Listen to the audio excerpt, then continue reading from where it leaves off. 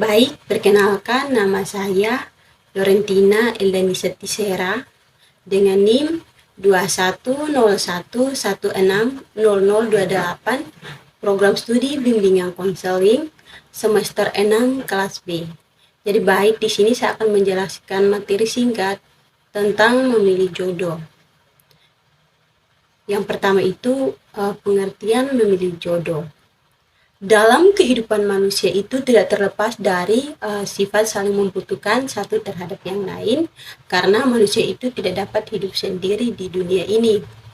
Saling membutuhkan dari segi kebutuhan pokok hingga kebutuhan sekunder, maka dari itu adanya hubungan saling tergantung dengan sesamanya. Jadi pengertian jodoh menurut Kamus Besar Bahasa Indonesia adalah orang yang cocok menjadi suami atau istri atau pasangan hidup. Jadi jodoh itu adalah orang yang cocok menjadi suami atau istri atau pasangan hidup. Yang kedua itu ada faktor-faktor yang mempengaruhi dalam memilih jodoh. Definisi pasangan menurut Kamus Besar Bahasa Indonesia adalah orang yang selalu menemani dalam kehidupan dalam berkeluarga, partner, jodoh, atau pasangan. Sedangkan menurut bahasa bahwa pasangan itu berasal dari dua kata, yaitu pas dan angan. Nah, pas ini dapat diartikan sebagai sesuatu yang tepat pada tempatnya atau pada posisinya. Sesuatu yang dirasakan nyaman karena merasakan sudah cocok, sesuatu juga yang lebih dari cukup. Sedangkan angan itu dapat diartikan bahwa segala sesuatu yang dijadikan bayangan atau sesuatu yang dipikirkan mengenai nasib masa depan. Jadi selain itu ada faktor-faktor mempengaruhi, ada latar belakang keluarga. Jadi latar belakang keluarga ini akan sangat mempengaruhi individu, baik itu ketika menjadi pasangan hidup atau akan melakukan pemilihan pasangan pada saat memilih pasangan, dan setelah memilih pasangan itu dapat dilihat dari latar belakang dari calon pasangan yang akan membantu dalam mempelajari sifat calon pasangan yang sudah dipilih.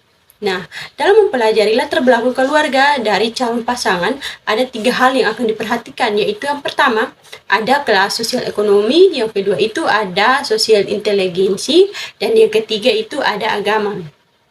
Nah, yang berikut itu kan kita sudah mengetahui tentang latar belakang. Yang kedua itu ada karakteristik personal. Nah, ketika seorang individu itu memilih seorang teman hidup untuk menghabiskan sisa hidup, kecocokan adalah hal yang juga diperhatikan. Nah, di sini ada beberapa faktor juga yang dapat mendukung kecocokan dalam memilih pasangan. Yaitu yang pertama, sikap dan tingkah laku individu. Yang kedua ada perbedaan usia.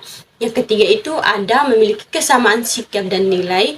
Dan yang terakhir 4 itu ada peran gender dalam kehidupan pribadi atau kebiasaan pribadi.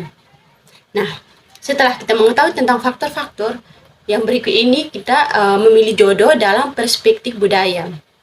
Nah, pada dasarnya proses memilih jodoh itu berlangsung seperti sistem pasar dalam ekonomi. Nah, sistem ini berbeda dari satu masyarakat dengan masyarakat lainnya. Kita akan menemukan tradisi dan mitos yang berbeda antara masyarakat dari kota dan desa. Di negara maju dan negara berkembang itu ada banyak faktor yang mempengaruhinya. Nah, yang berikut itu ada pemilihan jodoh menurut pandangan nilai-nilai budaya. Nah, dalam memilih jodoh menurut pandangan nilai-nilai budaya itu dikelompokkan menjadi 2, yaitu pemilihan jodoh oleh orang tua dan pemilihan oleh calon pasangan sendiri. Nah, yang pertama itu memilih jodoh oleh orang tua itu sering dilakukan dalam masyarakat yang masih menjunjung nilai-nilai keutuhan keluarga dan penyatuan ekonomi. Nah, di sini orang tua itu merasa sangat bertanggung jawab dalam mempertaruhkan masa depan anak itu, termasuk di dalamnya itu memilih jodoh. Masalah cinta pada kelompok ini dianggap suatu ancaman terhadap sistem stratifikasi pada masyarakat, dan mereka juga memperingatkan untuk tidak menggunakan cinta sebagai dasar pemilihan jodoh. Nah, yang kedua itu memilih oleh pasangan sendiri. Nah, Memilih jodoh oleh pasangan sendiri ini dipengaruhi oleh perubahan zaman yang membawa perubahan nilai-nilai di tengah masyarakat. Mereka ini mencari pasangan hidup yang penting itu ada cinta. Karena kelompok ini umumnya memiliki cinta dengan ukuran penentu yang lahir dari citra diri mereka mengenai pasangan yang ideal baginya. Nah, bagi mereka, cinta itu harus mendahului perkawinan karena akan mempengaruhi struktur dalam perjalanan keluarganya. Setelah itu, ada pemilihan jodoh menurut perspektif Katolik.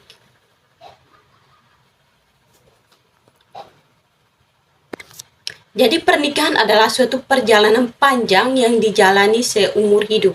Teman perjalanan yang kita perlukan bukan saja yang bisa menolong, namun pasangan yang bisa mendukung untuk menggenapi tujuan Tuhan dalam kehidupan.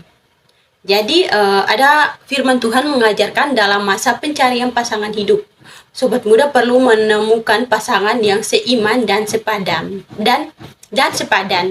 Nah, menurut Injil 2 Korintus bab 6 ayat 14 sampai 15 itu bahwa pasangan yang seiman bukan hanya sebatas berada dalam lingkungan satu gereja, namun lebih dari itu. Seiman yang dimaksud di sini adalah yang memiliki buah pertobatan, hati yang sungguh-sungguh mengasihi Tuhan, dan taat dalam melakukan perintahnya.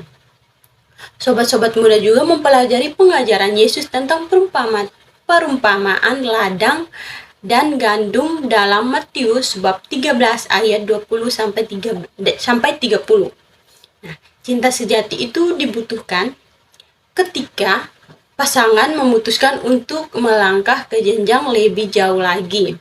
Namun, mereka harus menemukan cinta sejatinya agar dasar perkawinan mereka itu kuat. Jadi, analoginya begini, mendirikan bangunan yang di sini artinya perkawinan, di atas batu karang, dan bangunan akan tetap berdiri walaupun badai datang menghempas karena pada dasarnya atau fondasinya itu kokoh.